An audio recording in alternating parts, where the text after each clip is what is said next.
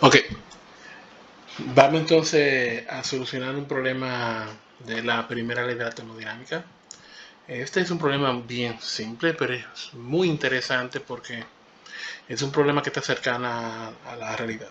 O sea, es un problema que probablemente muchos de ustedes van a encontrar en el mundo de la química.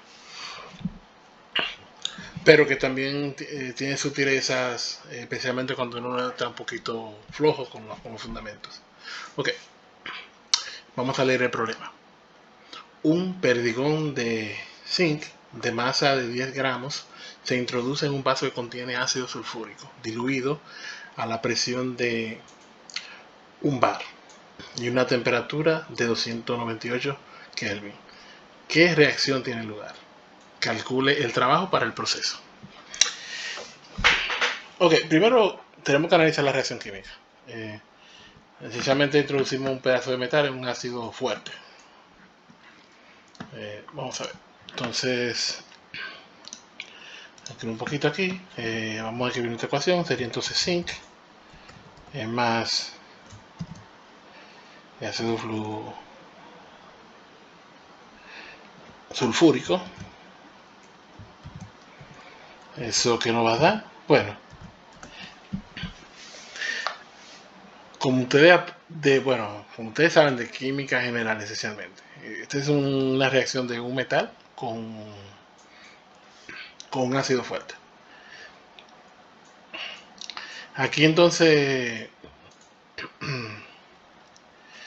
lo que ocurriría es que el zinc va a desplazar el hidrógeno. Entonces, como el hidrógeno ya no va a estar enlazado con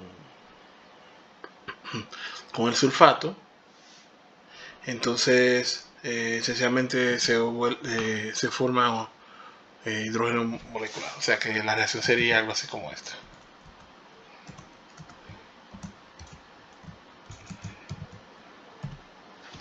Ok. Recordando que el zinc funciona típicamente con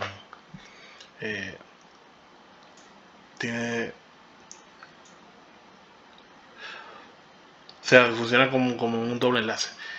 O más bien tiene carga más 2. Ok, un pequeño. Porque esta parte no quisiera que tuviera que estuviera un poquito más clara. Como el ácido sulfúrico es un ácido fuerte, eso significa que el hidrógeno está completamente disociado del, del ion sulfato.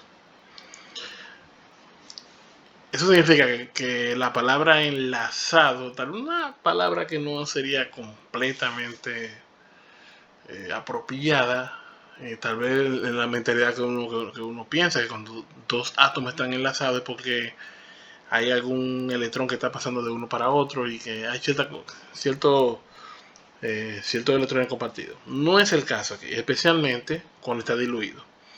Cuando está diluido, esencialmente, el hidrógeno está completamente disuelto en el agua, así mismo también como el sulfato.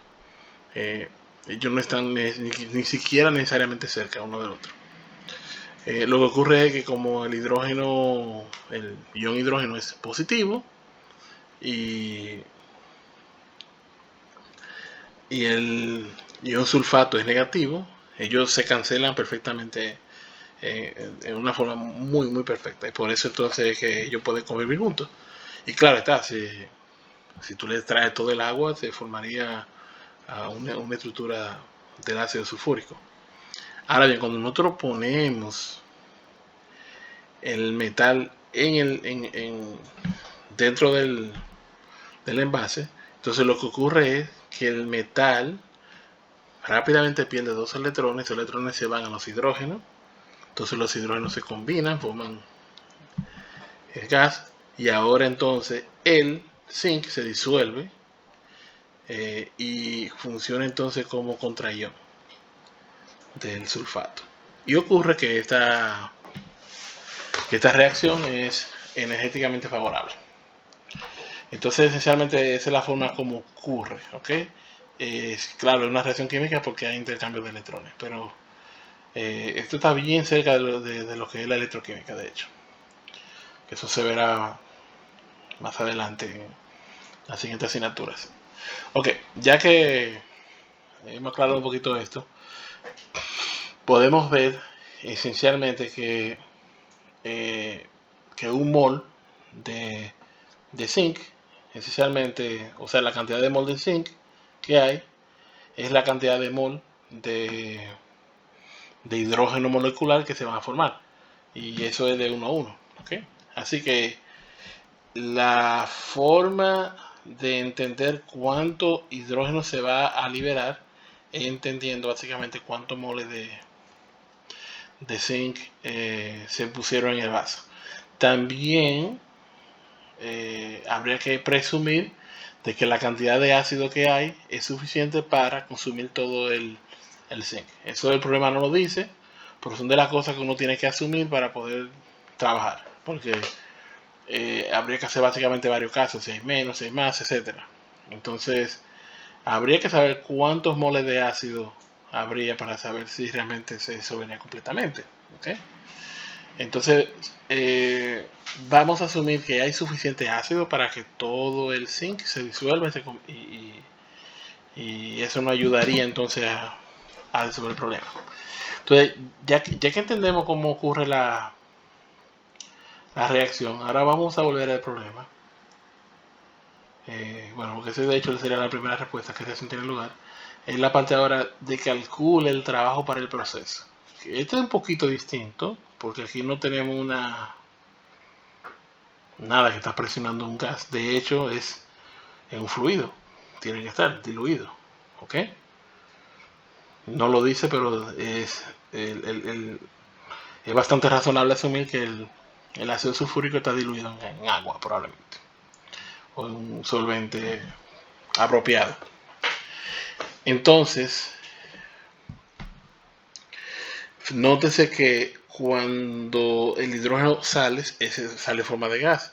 Inicialmente el hidrógeno está completamente disuelto, está cerquitita del agua, pero inmediatamente se forma hidrógeno molecular, H2, entonces ya no quiere estar, no sé, ese gas ya no va a quedarse disuelto en el agua, al menos que sea muy poquito, sino que va a salir el gas. Entonces ese gas cuando salga, entonces va a ocupar un espacio, ¿ok? Y entonces a partir de ahí es que se calcula esencialmente el trabajo. En este caso particular nosotros observamos que hay dos parámetros importantes. Uno, que la presión debe ser constante y dos, la temperatura debe ser constante. La idea de que el perdigón, de que el ácido es diluido, presumiblemente para eso, porque si el ácido estuviera muy concentrado, entonces se calentara y entonces ya esto no fuera válido, porque entonces el gas va a salir a una temperatura diferente y posiblemente el ambiente va a tener una temperatura distinta y eso complicaría un poquito más el problema. Tal vez no tanto, pero lo complicaría. Entonces, el hecho de que el ácido está diluido, probablemente el proceso ocurre de manera muy lenta, tan lenta de que la presión y la temperatura del sistema va a variar, esencialmente. Entonces, esa es toda la asunción que está detrás de este problema, esencialmente, que no lo dice explícitamente el problema, pero hay que asumirlo para no poder trabajar. Dicho eso, entonces, lo que nosotros tenemos esencialmente es que saber qué cantidad de volumen va a ocupar el hidrógeno. El hidrógeno va a ocupar cero volumen esencialmente cuando está diluido en el agua, a ocupar un volumen finito cuando sale del agua, o más bien de la solución, para decirlo un poco más correcto. Pero observamos que la presión es constante. ¿Okay? En este caso, como el trabajo, la temperatura no importa, al menos que fuera adiabático. Pero el proceso no es adiabático porque tenemos temperatura constante y presión constante. Dicho eso, entonces, eso significa que el trabajo esencialmente va a ser igual a la menos presión por el cambio de volumen. ¿Okay? Volumen final menos volumen inicial. Nosotros sabemos que el volumen inicial es cero, ¿verdad que sí? Inicialmente no había volumen. Así que simplemente vamos a decir simplemente ya presión por volumen. Porque inicialmente no había volumen. El volumen era cero porque estaba diluido en el líquido y esencialmente el volumen que ocupaba el hidrógeno ahí dentro se puede despreciar, es muy pequeño porque estaba completamente diluido en el fluido. Entonces, ¿cómo encontramos el volumen en este caso? De hecho, aquí vemos claramente que esto simplemente va a ser igual a... voy a quitar este 2 que ya es innecesario, simplemente a menos NRT, ¿verdad que sí? Precisamente ese sería nuestro trabajo. Pero N, en este caso, es el N del zinc. Entonces vamos a ver cuánto vale N. N sería igual a básicamente a la masa. La masa son 10 gramos entre la masa molar. Para encontrar la masa molar vamos aquí a la tabla periódica y buscamos zinc y vemos que la masa molar es de 65.38. Ok, vamos a ponerlo acá. Entonces aquí está, este es N. Ahora con N podemos entonces saber, R, ¿cuándo vale R? 8 punto cuánto. A ver aquí.